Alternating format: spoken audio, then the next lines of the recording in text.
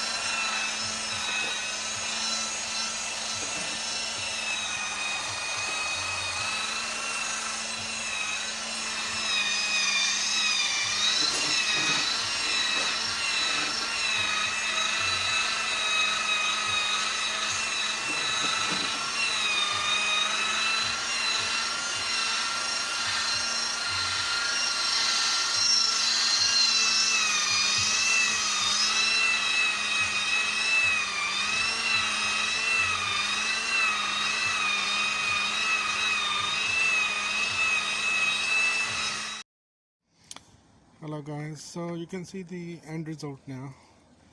This is the best method possible, buffing. You just need to apply the paste and buff the plastic.